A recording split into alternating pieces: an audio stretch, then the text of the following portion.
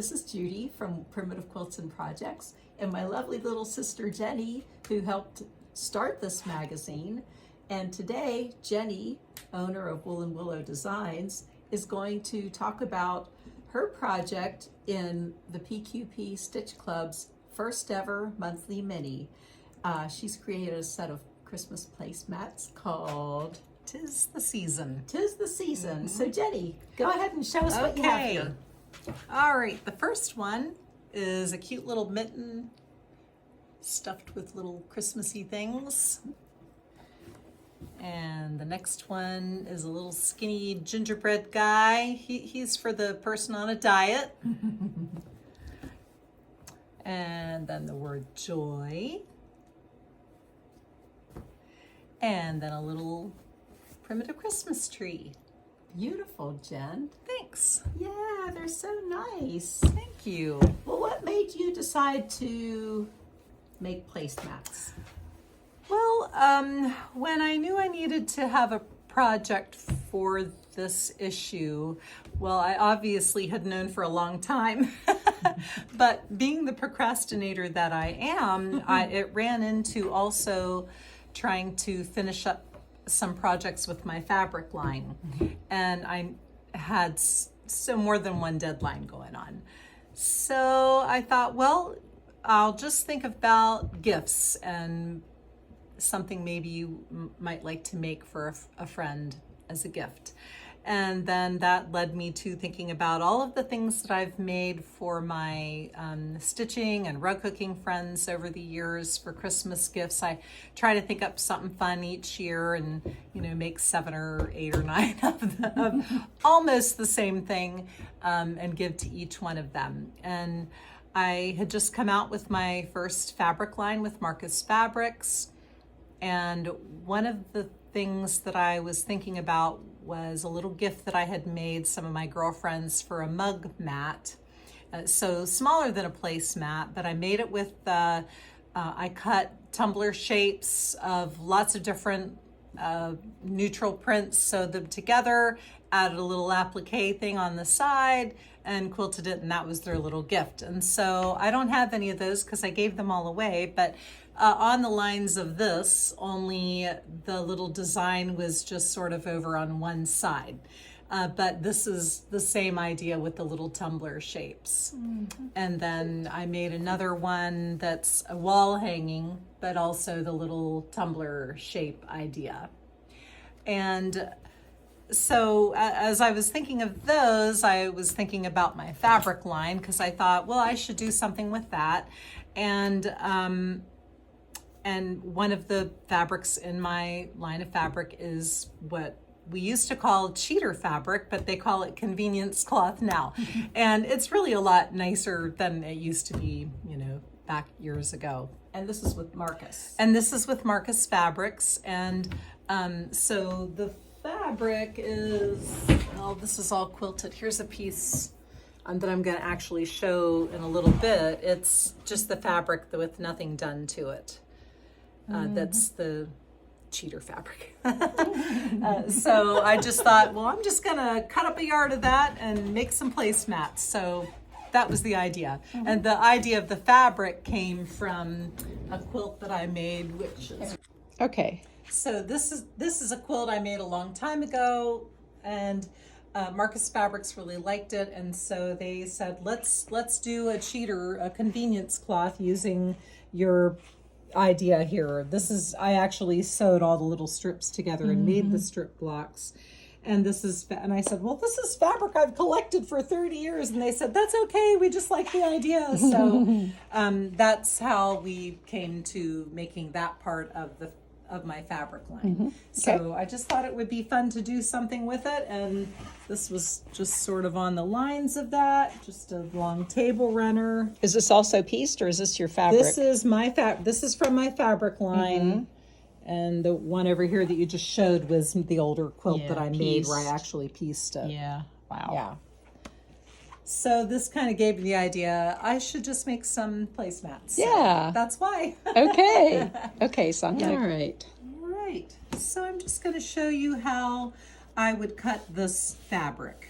You know, it's printed on, so you know, the lines might not be perfectly straight, but it's going to be okay when you're all done. So Okay. the placemats have, let's see, they're 3 across and 2 down. So looks like I'll go right here.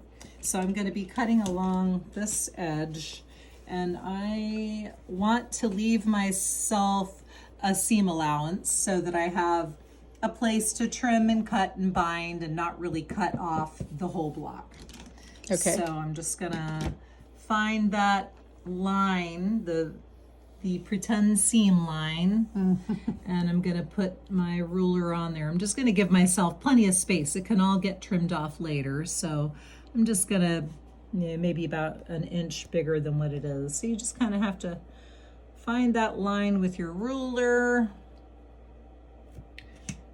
Give myself plenty of space and cut that. And then, let's see, I only need 3, so 2, okay. And then I'll cut, these are the 2 that I want. So I'll cut along here. And from 1 yard, you should be able to get 4 placemats. So if you decide that you really want to do the project, I will have kits on my website. Excellent. And then you'll have plenty to do 4 placemats. If you want to do more than that and use your scrap bin and play with your own ideas and make your own shapes, you might want more than 4 placemats. So then you're going to need more yardage. Yeah, if you're going to have a big big dinner for the holidays. And the panel comes in you can also get the blocks in a dark version, or multicolored. So it's the same size, same it's dimensions, the same size, different colors. Just Okay. all colorful. All right. Yep. Okay, so that is ready to be appliqued. That's going to be a placemat. Yeah. Woo! Let's see. And if you want it to be even, I guess you could trim and have about the same distance all the way around if you wanted to be, but you don't really have to. Nope. I must have already done that. Okay.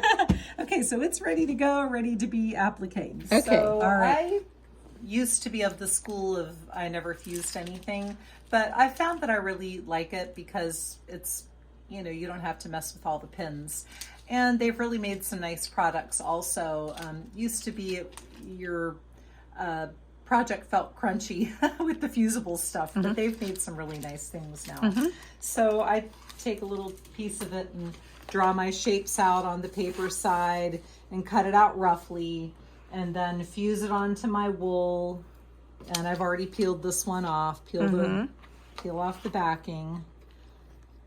I don't know if you can see that very well. And then I start placing it on my little placemat. Just kind of tuck that under and find all my other little shapes here. And You do it so fast. You make it look easy. It would take me 15 minutes of painstaking. well, I did it before you came. Okay. So I'm just gonna put my little shapes where I want them, and then I'll fuse it down. Oh, let's see, which was the top? This was the top. I made a little note for myself, which That's was smart. the top. Notes are good. Oh, that one goes over here. See? Don't have very good light over here, sorry. Okay, and this one goes here. Okay, So you just, and I think that looks pretty good. Oh, I think I'll move it up a little bit. you're just pulling everything up. Yeah, I'm just pulling it up. It doesn't really have to be perfect. Okay, I think that looks okay. Beautiful. And now I'm going to fuse it down. So just put my iron on there. And Any tips Steam it. for, okay, so steam? yeah, you have to follow the instructions of what you're using. They're all different. They're all different. It used to be you didn't use steam, but those were the really crunchy ones. Okay, yeah. So these that we use now, when you first fuse the paper to your wool, you don't use steam because the steam just bounce right back off the paper. Okay. But once you remove the paper, then you can steam the wool down to your project because Okay. it can get all the way through and fuse down really good. And I really want it on there really good. Yeah. So when you peel the paper off, does it leave something sticky on the back of the wool? Yes, And it that's why does. this works. Mm-hmm. Okay. Yeah, it's like a double-sided tape, Okay. only you use an iron. Yeah. So now that project is ready to applique. And I noticed you didn't move the iron around to slide No, because that would just- slide yeah. the thing around. Yeah, I just put it right on there. All That right. should be good. Excellent. So that is ready, and I can unplug my iron. Okay. Okay. Well, the mats aren't there yet, but they Yeah. will be. I also wanted to ask, so these things, are there kits or patterns on your website for these? Patterns, definitely. Okay. There might be kits for this, I'm not sure. Okay, All right, so- so here's the fun part, the applique. I've got my thread of choice, which could be whatever I happen to have at the moment. Lately, I've been using a lot of the Valdani hand-dyed threads. Let's get a close up. Okay, this one's a 12 weight. Uh-huh.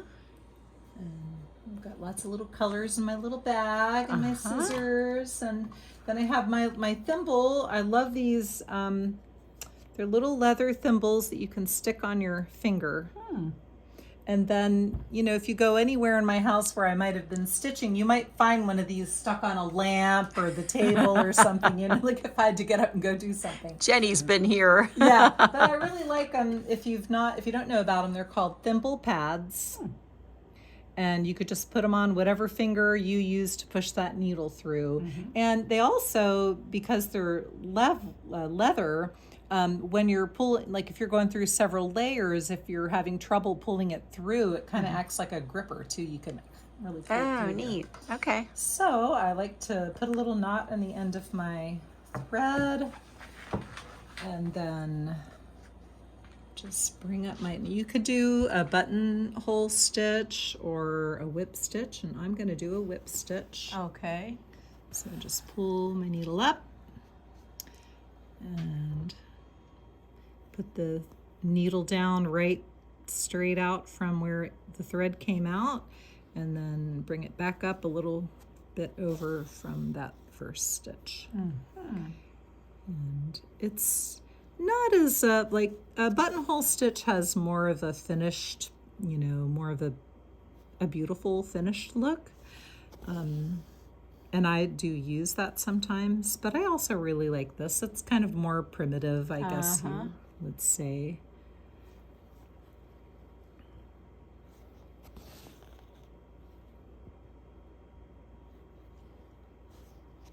I think I did a buttonhole stitch actually on the actual placemats. now Okay, that I so think let me of it, take a though. look at Yeah. those. So you can kind of see the difference too, and So the how it buttonhole. yeah, the buttonhole stitch has, you can kind of see an edge all the way around of the thread instead Okay. of just little bites taken out of the. So when Okay. you look at this up close, you can just see it's like just little thread bites taken Almost out. like a hem. Yeah. In fact, when I applique, I just hem. Yeah. And I'm fine with that. It's not going to come apart or fall apart or anything. It's fused down on there really good. You probably don't even have to. You probably don't even have to do the stitching part with some of these fusible threads. So, but I'm not going to stitch the whole thing, but it's just as easy as that. Okay. And then I would, knot it on the other side once I got done, and then I'd be ready to quilt. Excellent. Well, I have a couple questions on this. Okay. So you pointed out this is a number 12 thread. Any particular reason why? I mean, what if you had number 8? That would work very nice also. It's a thicker thread. It's a heavier thread.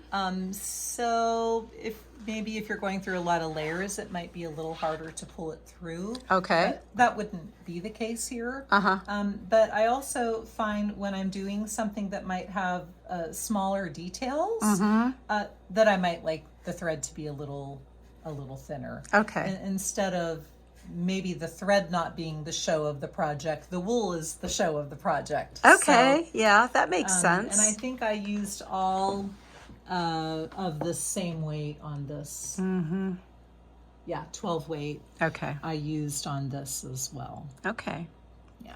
Boy, those are so pretty, Jenny. Thanks. Yeah. They were fun to make. Yeah. And I would have bet. made more, but like I said, I was a procrastinator. But they were fun to make, and they really, stitched pretty quickly. I got them done really quick. So, and then after you get it all sandwiched and quilted, then you can bind it just like any other quilt that you would bind. Okay. All right. So before we go, is the next step the quilting? Yeah. So before we go on to that, just for someone who's a beginner, show us how you would do the knot in the back. Oh, okay. All right.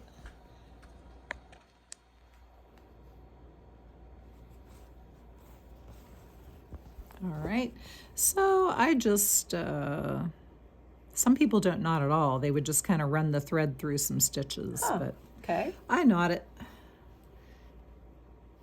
I just go through once, and then the second time I put the needle through the loop and pull it. Okay. And I do that usually twice. So make a loop, put the needle in the loop, and pull it. All right. Okay.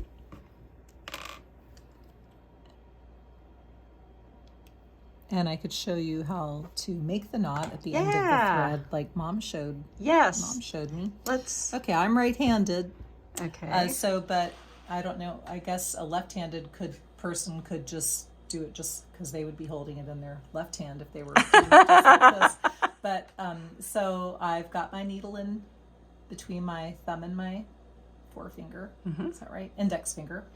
And then I've got my thread. And then I'm going to grab a hold of the end of my thread with my needle in there also. So Okay. the thread and the needle are in there. Okay. So, and then I'm just going to wrap the thread around a couple of times and grab a hold of that in there, and then just hold on to the needle and pull all the way through. Voila. And that makes a perfect little knot. And if you Mom. think you need, like, this would work fine on the cotton, but if you were just stitching through wool, you might want to wrap it 3 times so you have a Make it bigger extra knot. thick. Yeah. Okay. All right. Yeah. Cool. All right. That's a fun little trick. Yeah. Okay. Okay. What's next? Well, Okay, I love that you were showing us the way Mom did that. Oh. And we all miss our mom, and Yeah. all of you who've lost your moms, I know you miss them too. But when I saw this set of placemats, it reminded me, this was like 92 or 93. Mom, had she retired? Is that why she was going to do No, this? she just was going to do it, and then she ended up falling and breaking her ankle or something. So she was home off her feet a lot, Okay. and so that was her time to sew and to Yeah. quilt. Yeah, and she decided She was in still that working. year she was going to make a quilt for all 5 of her kids. Yeah. So she made 5 quilts that year, and we got to pick them out. She took us all to the fabric store and picked out our It's colors. all out of a Thimbleberries quilt. Oh, really? The Thimbleberries quilt book. All out of the same man. book. So I have my quilt still. It's at the cabin. I have Do you have mine. yours? Is it in this room? It's in the house. All right. But the placemats, so our sister Sally wanted placemats. Yeah. And they were so pretty. And when I saw Jenny's placemats for our magazine, that's exactly where my brain went. Straight to Mom. Okay. Yeah. Yeah, that's great. Yeah.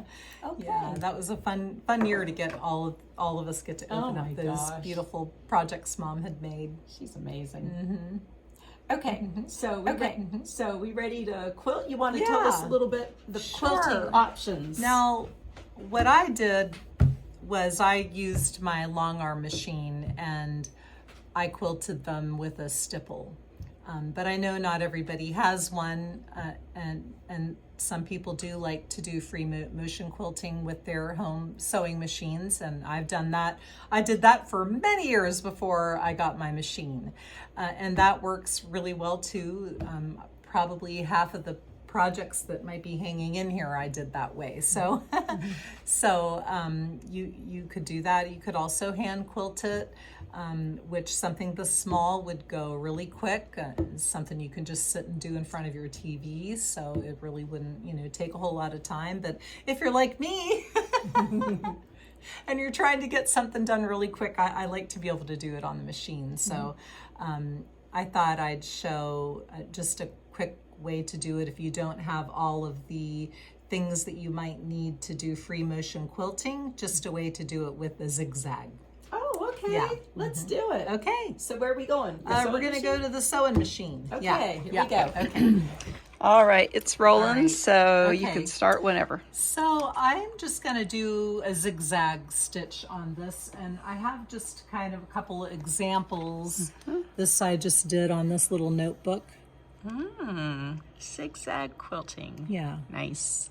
And so you just have to find the stitch on your machine that does, does that. And it could be just a regular zigzag, or like I'm using, it's a zigzag that is really just sewing. Oh, And, multiple stitches yeah, per zig. Yeah, multiple stitches per per zag. Yeah, and you can see when you do a bunch of them, it just looks really neat. Neato, Jen. Yeah. Okay, so we're in luck because we have straight lines to follow, and then you can use the edge of your foot to guide you when you go to the next row. Now, normally I would baste this, but I didn't baste it, so I just have a few straight pins in here. So hopefully I won't stab myself while I'm doing this. Another little trick, which you might not need with something this small, but I buy this gripper stuff that you can get for like in your kitchen cabinets or drawers or under rugs, and then cut a couple of pieces instead of wearing the gloves, because you have to take the gloves off to thread your machine and all that stuff, and you can just put those right on there and move your Neat. fabric with That's it. a good trick. Okay, so let me make sure I've got things on here. Got it lined up. And I'm just going to start stitching. Okay. Okay, I played around a little bit to see if I liked the length of the zig and the zag. And I'm just going to let my little arrow on my foot go along that line. Okay. Zigging and zagging. It's zigging and zagging. And you could go faster, but my machine's been doing something funny, so it's probably time for a little servicing. All right. Okay, so then I don't have to keep going. I'll just stop and then show you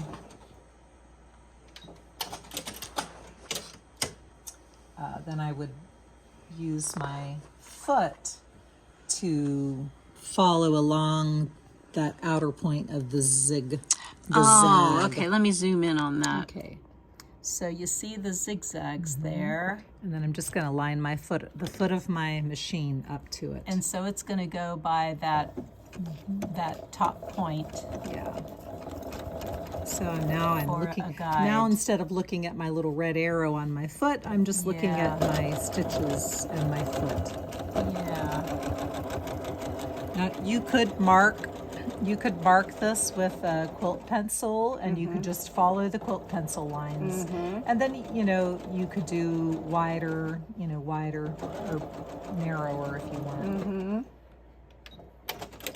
So that's all you do. And then I can show you just a simple hand quilting too. Okay, let's do that. Okay. Okay, anytime. Okay. All right. So if I wanted to just hand quilt this, I would probably make a grid, or you could use some stencils and, you make some nice quilting stencils and draw it with your quilting marking pen. But I'm going to show you a couple of ways you could just make a grid. Let's see. So because this has squares, it would be pretty easy to start with some vertical, some horizontal. Diagonal. Thank you, diagonal lines.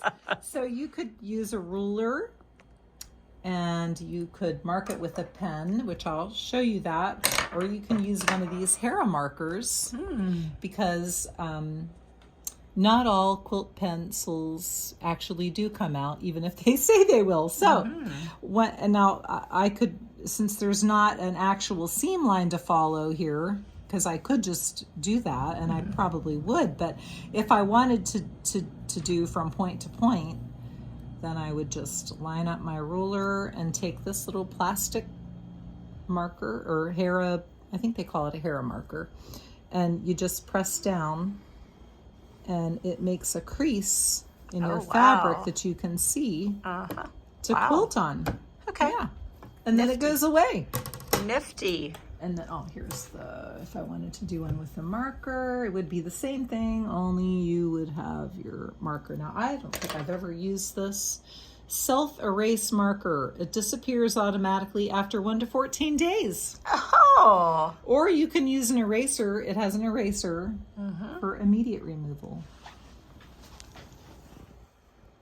Ta-da! Okay, ta-da! Okay, so then if I was going to quilt this, I'd probably just do a big stitch quilting. So I would bury the knot. Okay. And well, it's easy at this point because, you know, I don't have this fused or anything like that. And this is the edge, you know, that's going to get, you know, the binding will cover it. Okay. So I wish I did have this basted. So I would just make some big stitches, just go down in. Oh, I would use a skinnier needle. This is a really fat needle, so it's going to be a little harder to quilt with. And I would just make like a running stitch. Pull it through. I probably wouldn't use the red thread, but it might look really cute. I was just going to say, I love the red thread. Yeah, it might look really cute. And you can make them as big or as small as you want to. But you want to kind of try to practice and get it even. But if it's not even, your friend will still love it. Oh, you know it.